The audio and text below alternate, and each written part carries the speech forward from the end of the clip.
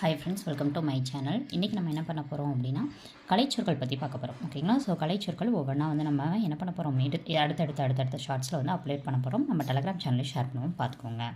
Abacus அப்படின்னா மணிச்சட்டம், computer கணினி, architecture கட்டமைப்பு வடிவமைப்பு, கமாண்ட் கட்டளை, கால்குலேட்டர் கணிப்பான் கணக்கிடும் கருவி, செல்ஃபோன் மொபைல் கைபேசி, மொபைல்ன்றது அலைபேசி, டேப்லெட் அப்படின்றது கைக்கணினி, தொடுதிரை கைக்கணினி, வரைப்பட்டிகை அப்படின்னு சொல்லிட்டு நிறைய பொருட்கள்லாம் வரும். அடுத்தது டேட்டா அப்படின்னா தரவு, முறைப்படுத்தப்பட வேண்டிய விவரங்களை தான் நம்ம தரவுன்னு சொல்வோம். இன்ஃபர்மேஷன் தகவல், முறைப்படுத்தப்பட்ட விவரங்கள். எலக்ட்ரானிக் மெஷின் மின்னணு இயந்திரம், இது மின்சாரத்தால் இயங்கும் இயந்திரம். இந்த முதல்ல இருக்கக்கூடியத வார்த்தை, அந்த செகண்ட் இருக்கக்கூடியது அதோடைய பொருள்.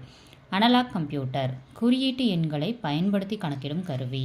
ஸ்மார்ட் ஃபோன் திறன்பேசி. போஸ்ட் ஆஃபீஸ் தபால் நிலையம். ஆட்டோமேட்டட் டெல்லர் மிஷின் தானியங்கி பண எந்திரம். கீபோர்டு விசைப்பலகை. சாஃப்ட்வேர் மென்பொருள், ஹார்ட்வேர் வன்பொருள். பிரிண்டர் அச்சுப்பொறி. மவுஸ் சுட்டி. ப்ரோக்ராம் நிரல்.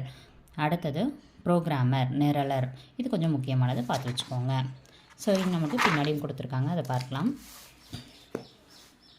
அளவு நாடா மெஷரிங் டேப், நிறுத்து கடிகாரம் ஸ்டாப் கிளாக், அளவு ஜாடி மெஷரிங் ஜார், அலகு யூனிட், இடமாறு தோற்றப்பிள்ளை, பேரலாக்ஸ் எரர் மாஸ், நிறை வெயிட் எடை, அனிமேட் ஃபேக்டர் அப்படின்னா உயிருள்ள காரணி, இன்அனிமேட் ஃபேக்டர்னா உயிரற்ற காரணி, கான்டாக்ட் ஃபோர்ஸ் தொடு விசைகள், நான் கான்டாக்ட் ஃபோர்ஸஸ் தொடா விசைகள், லீனியர் மோஷன் நேர்கோட்டு இயக்கம், கர்விலீனியர் மோஷன் வளைவு பாதை, கவுன சொல்வழியா வளைவு பாதை இயக்கம், சர்க்குலர் மோஷன் வட்டப்பாதை இயக்கம், ரொட்டேட்டரி மோஷன் சுழற்சி இயக்கம், அடுத்தது ஆஸ்குலேட்டரி மோஷன் அப்படின்னா அலைவு இயக்கம், ஜிக்ஸாக் மோஷன் அதாவது இரெகுலர் மோஷன் அப்படின்றது ஒழுங்கற்ற இயக்கம், ஆவரேஜ் ஸ்பீட் சராசரி இயக்கம், பீரியாடிக் மோஷன் கால ஒழுங்கு இயக்கம், நான் பீரியாடிக் மோஷன் அப்படின்றது கால ஒழுங்கற்ற இயக்கம், யூனிஃபார்ம் மோஷன் சீரான இயக்கம், நான் யூனிஃபார்ம் மோஷன் சீரற்ற இயக்கம், ஆர்டிஃபிஷியல் இன்டெலிஜென்ஸ் செயற்கை நுண்ணறிவு, நானோ ரோபோட்டிக்ஸ் அப்படின்னா நானோ எந்திரனியல், டெஃப்யூஷன் அப்படின்றது விரவுதல் அல்லது பரவுதல்னு சொல்லுவோம்.